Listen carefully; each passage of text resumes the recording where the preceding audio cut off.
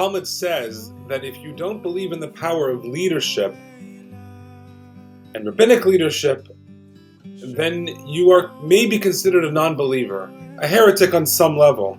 And the proof that the Talmud says is a story from this week's Torah portion where Abraham goes to bat and fights God in a beautiful, very detailed, fascinating dialogue, a battle of wills between God and Abraham.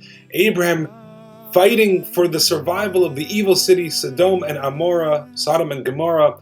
The Almighty wants to destroy these cities because of their wicked ways, and Abraham fights for their survival, and he negotiates with God. I encourage you to look at the portion to see all the arguments that Abraham tries to execute and deploy on their behalf.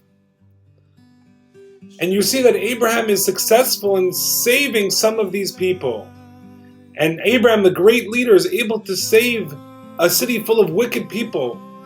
And therefore, the Talmud says, if you don't believe in the power of leadership, then you're almost a non-believer, because God cares about all human life. And here we have Abraham caring as well about life that was full of sin, full of wickedness, denying God, yet he goes to bat and does the utmost of efforts to save them. In lieu of Abrahamic figures, we have to realize that we as Jews nowadays are on such a pedestal, on such an intense microscope, that we are really the Abraham of our generation. And we know how much we care about humanity. We know how much the Jewish people value life. And we know what the IDF is doing in terms of creating evacuation corridors, dropping leaflets, giving a 2-week warning is unprecedented in modern warfare from all sides of the aisle. We care and are obsessed with life, as opposed to the enemy, who by their own admission is glorious at dying, and we are glorious at living.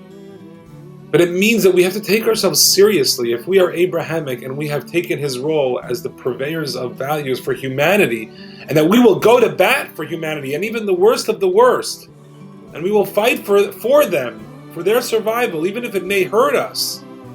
Unfortunately, down the road, that is part of the Jewish nature. We will defend ourselves appropriately, of course, as what is happening now. But we have to take ourselves seriously and understand that just like Abraham, we too have the ability to defend and to fight with the Almighty for the betterment of not just the Jewish people, but of humanity. And that is why, as has been said many times, this fight, as Netanyahu said also publicly, this is a fight of basic morality of good versus evil, not just Israel versus Hamas, etc.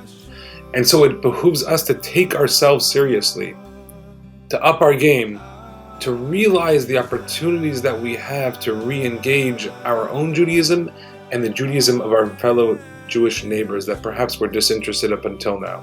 The time and opportunity has never been so clear, so powerful, so potent as we are now.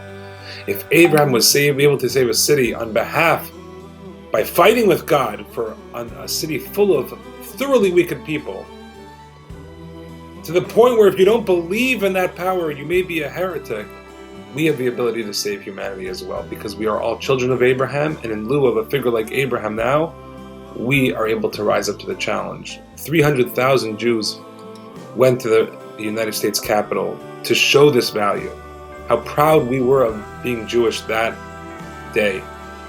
And tears in my eyes watching that rally, I knew that the Jewish people had accomplished something incredible, unique, and profound that we have never seen before. And when the singer Yishai Ribo proclaimed Shema Yisrael at the end of the rally, and 300,000 Jewish people accepted the reality of heaven upon themselves by saying Shema, we all became Abrahams. Let's fight for humanity and continue fighting for the values and the soul of humanity. It's worth the fight. Shabbat Shalom.